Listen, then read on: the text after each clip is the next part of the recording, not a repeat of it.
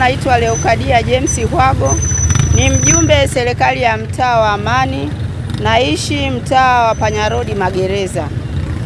Nikiwa kama mjumbe wa serikali ya mtaa, kwa kweli swala hili kuhusu hili daraja limekuwa kero.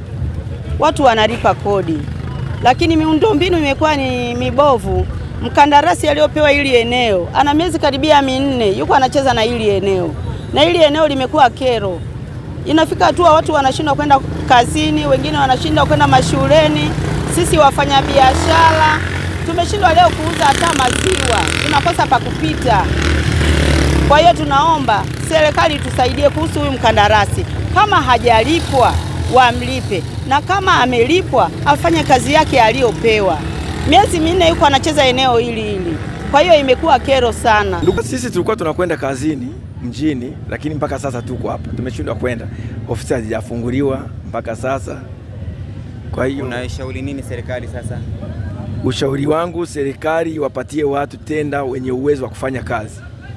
Sawa. Watu wenye uwezo wa kufanya kazi. Kwa hiyo kama angekuwa amepewa mtu mwenye uwezo angekuwa imeshamaliza. Kwa wakati kwa muda huo aliopewa huyu. Kwa majina naitwa Matias Moses, natokea Mkolani. Tatizo limetukumba, lakini imeweza kuhamisha shughuli nyingi za kiuchumi. Kwa kama unaona sasa hivi wanafunzi waende shule, kila kitu akifanyiki. Upande wa huko waende na upande wa huko waende.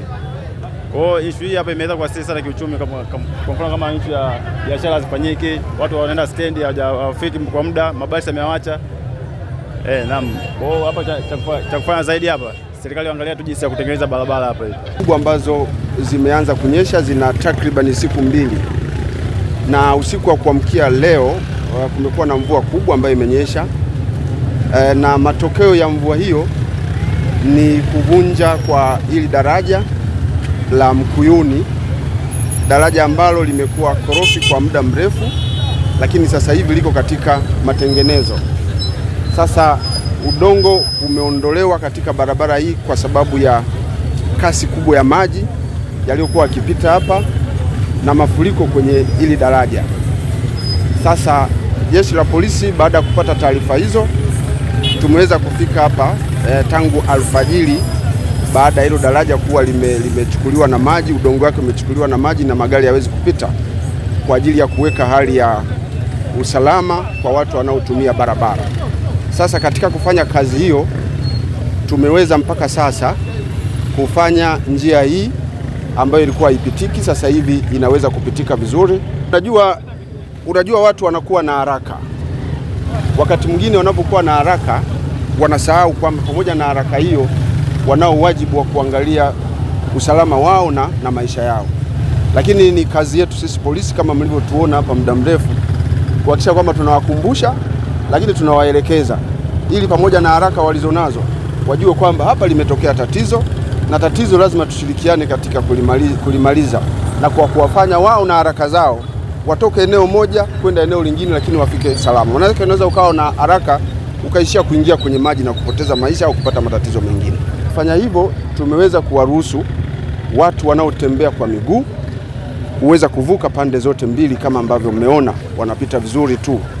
Lakini pia tumeweza kuwaruhusu watu wanaoendesha bodaboda na bodaboda kwa ajili ya kupita. Hawa wanapita vizuri, kwa wanaweza kusaidia raia kuvuka kutoka upande mmoja kwenda upande mwingine.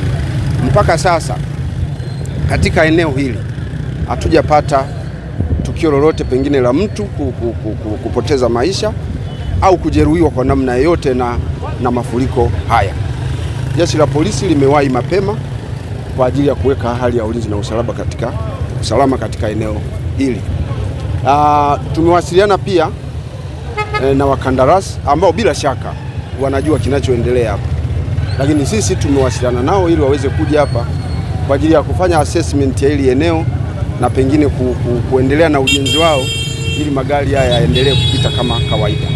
Tutashirikiana nao kuangalia eneo hili kama litakuwa sasa limekaa vizuri, na haya mashimo yaliyoko pembeni kulia na kushoto yataweza kuwa tukaruhusu magari yapite, tutafungulia magari yapite. Lakini kwa sasa tunaona hili eneo si salama kwa magari kupita. Kupata habari za uhakika na matukio kutoka kote ulimwenguni, tafadhali subscribe na ubofye alama ya kengele. Prime Media. We deliver on your fingertips.